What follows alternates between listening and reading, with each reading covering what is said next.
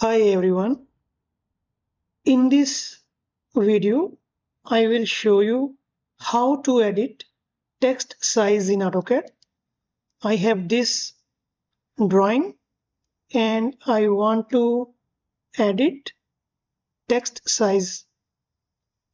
We can change or edit text size by two ways. First one, we will double click the text.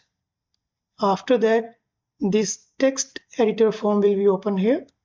Now we have to select the text and here change the text height. I will make it 3. Now the text height or size changed from 2 to 3. You can adjust by dragging here. So this is the first method in which we can edit text size. Second one, select the text, types, change properties, and here you make it the text height changed to 4. Now you can see that the text changed from 2 to 4.